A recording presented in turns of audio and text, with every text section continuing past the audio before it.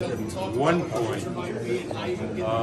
But again, once there were 2 knockdowns, that's a 3-point round at least, and there was going to be another knockdown. He was unsteady on his feet. What type of statement has tonight sent out from Terence to the rest of the division to stop Sean Porter, who's not been stopped previously? Well, I don't know if, Terence is a great fighter. He showed he was a great fighter, and he and Spence would be a terrific fight, and so would he and the Scotsman, Josh Taylor. Josh Taylor's actually stood behind you. From what you saw tonight, how great of a fight would it be between Terence and Josh? That would be a great fight, particularly if we did it for 70,000 people this spring in the UK. I hope that can happen, Bob. And final thing, the stoppage itself, was it the right move? Oh, absolutely. I mean, whether it was the father that stopped it or the referee, he was very valiant, Porter, but he was wobbly, and he would have been destroyed. And you don't want a kid like that to suffer a permanent injury. Bob, thank you. Bob, were you encouraged to see Errol Spence in the building? What does that mean? Does that give some That PBC gave him a ticket. That's what it means. Bob, I think it means more than that. Do you think it'll discourage him based on what Terence just did to Sean Porter? How the fuck would I know if it would discourage him or encourage him? I mean, you got to ask him. I mean, that's or left. Okay. But again, Errol Spence is a good fighter. He's a brave guy, and whether he wants to fight Terence or not, that's up to him and Al. I'll certainly talk to Al about a possible putting them together. It's really, I mean, can you make the case? I think a lot of us can. That's the best fight that the welterweight division can make.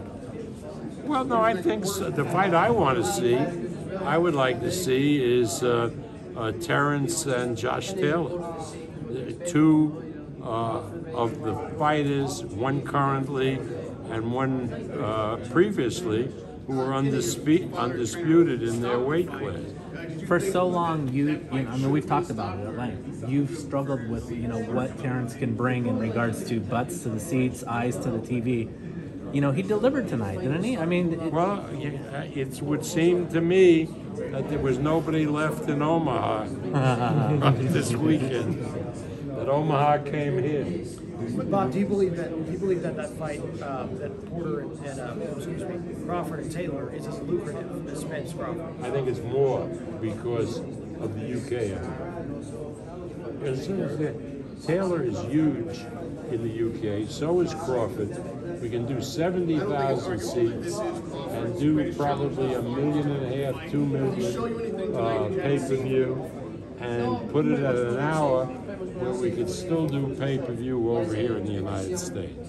So I haven't penciled it out completely, but I think the most lucrative fight for Terence would be Josh Taylor. I know they just got out of the ring. Do you believe that? Can you speak to how you move forward with Terence here with his contract expiring? That doesn't look. Tommy Hearns was in the ring. I never had a contract with Hearns more than 1 fight. Never had a contract with Leonard more than 1 fight. Hagler, maybe 2 fights, but never long-term contract. We never had long-term contract. If somebody comes and offers Terence a deal for a lot more money, he'd be a fool not to take it. But we think we can produce the best fight for him. It's got nothing to do with personalities or anything. We know when we put a fight on, the fighters get treated well, they're taken care of, but other people can do that also.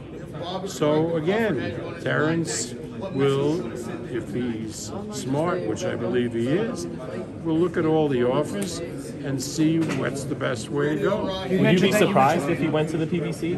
Would that surprise you? I think it would be stupid for the PBC. Why? Look, you have to understand the economics of the business. The pay-per-view business being done by the cable systems and the satellite providers is in the toilet. Right. the business, the big business, as proven by the UFC, by tonight, by the Tyson Fury fight, is being done by ESPN Plus. And we have a contract with ESPN that nobody can put a fight on ESPN Plus except Top Rank. So now if they want to go and do a fight without Top Rank and without ESPN, that's up to them. But I think it would be really foolish for them to do it, for everybody. With Canelo, they were still able to get to 800,000 pay-per-view. They said they didn't go close to that. Sure.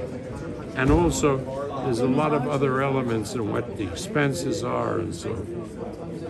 Bob, I know you said that Josh Taylor would be the most lucrative fight for Terence Crawford, but do you believe it would be more difficult than Errol Spence? Difficult fight? Yeah. You know, I think you got to ask Bomac that. Yeah, I mean, look, you've talked to go back to the ESPN thing. You've said this before. Didn't the ESPN thing sort of dictate that this fight ended up on ESPN, right? I mean, because you were making 100%. Yeah. 100%. Oh, and also put in important.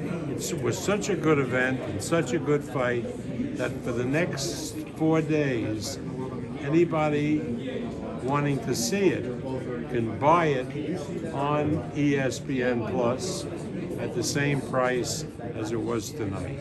See, that gives us the flexibility of picking up a lot of additional buys. Where's just, just talking counterpunching, where's Crawford ranked that you've seen? Is he one of the best counterpunchers you've seen, Bob?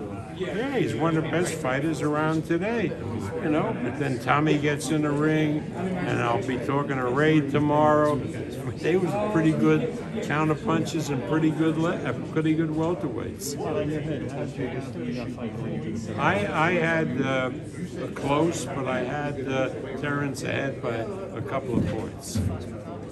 But again, once there's 2 knockdowns, that really makes it impossible for Porter to win. Hey, he's the one who said, like, I'm going to talk after the fight is over. Has there been any conversations about the future of this relationship between Crawford and Top Rank? No. Okay.